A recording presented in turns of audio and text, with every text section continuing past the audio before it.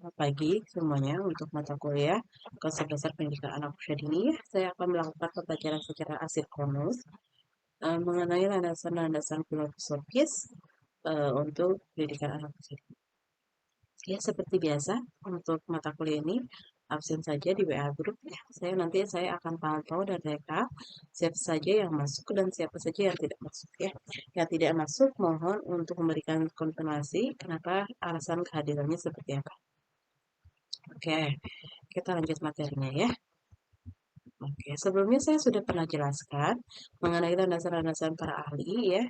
Ini ada tentang Pestalozzi, ada Maria Montessori, dan ada Froebel ya. Nah, ini saya akan menjelaskan 3 slide ini ya. Ini yang pertama adalah tentang Russell ya.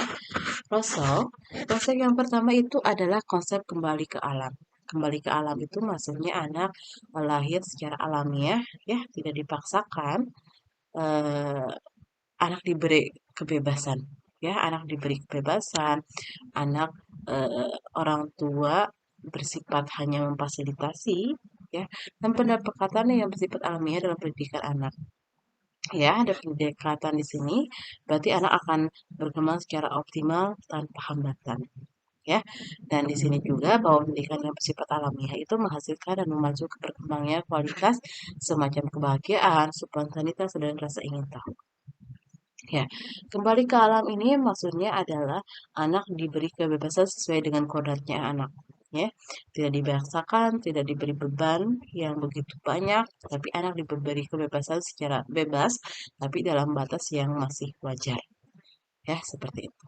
Nah, bebas di sini anak juga akan belajar mengenai pengalamannya melalui panca inderanya. Nah, melalui panca inderanya anak akan bisa melihat sejauh mana dia akan bereksplor lingkungan itu dengan pengamatannya. Ya, saya yakin pengamatan anak itu jauh lebih bermanfaat dibandingkan dengan kita menggurui anak harus begini, harus begini, harus begini. Tidak. Tapi ketika kita memberikan kebebasan kepada anak, anak akan menemukannya dunianya sendiri. Anak akan mengalami sebuah perubahan yang begitu besar. Anak juga insya Allah akan bisa menyelesaikan masalahnya sendiri ketika dia berada di alam. Nah, seperti itu. Kita tidak bisa mengontrol, menstop pertumbuhan anak, tapi kita hanya bisa memfasilitasi, mengamati, mengobservasi.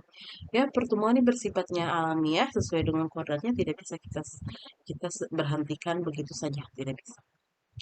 Ya, tujuannya Rasul juga adalah membentuk anak menjadi manusia bebas. Harus digarisbawahi, bebas di sini bukan bebas sebebas-bebasnya, tapi bebas bagaimana anak bisa memilih keinginannya sendiri, bisa menentukan jalannya sendiri, ingin bermain ini, ingin bermain dengan ini, gitu kan, menggunakan metode ini, outdoor, indoor, dia bisa memilih apa mana yang sesuai dengan minatnya, itu kan seperti itu. Ya, terus selanjutnya ini adalah Piaget dan Vygotsky ya. Nah, yang pertama bahwa anak itu membangun pengetahuannya sendiri karena mereka memiliki begitu banyak gagasan yang sungguhnya tidak pernah diajarkan kepada mereka. Saya yakin anak itu punya dari lahir sudah punya imajinasi dalam persepsinya sendiri tanpa kita ajarkan.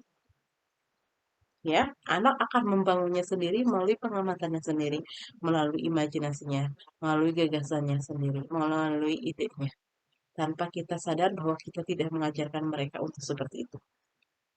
Ya, seperti itu. Terus yang selanjutnya adalah pengetahuan pada dasarnya dibangun oleh anak melalui interaksi dengan lingkungan. Iya, saya sangat setuju dengan itu. Bahwa lingkungan akan membentuk anak itu menjadi seperti apa. Kalau lingkungannya baik, insya Allah hasilnya akan baik. Kalau lingkungannya tidak menguntungkan anak, hasilnya pun akan ya begitu negatif ya seperti itu. Jadi anak akan tumbuh tergantung dari lingkungannya seperti apa membentuk anak. Nah, saya yakin ibu-ibu sangat setuju dengan apa yang saya sampaikan. Terus selanjutnya bahwa konstruktivis mempunyai asumsi bahwa anak adalah pembangun pengetahuan yang aktif ya. Anak akan membangun pengetahuan-pengetahuan itu dari apa yang dia temukan di lingkungannya. Ya, sesuai dengan interaksi dengan lingkungan. Terus yang selanjutnya bahwa Vygotsky berpandangan bahwa konteks sosial merupakan hal yang sangat penting dalam proses belajar seorang. Yang harus digarisbawahi adalah konteks sosialnya yang seperti apa. Kalau konteks sosialnya mendukung, hasilnya pun akan baik.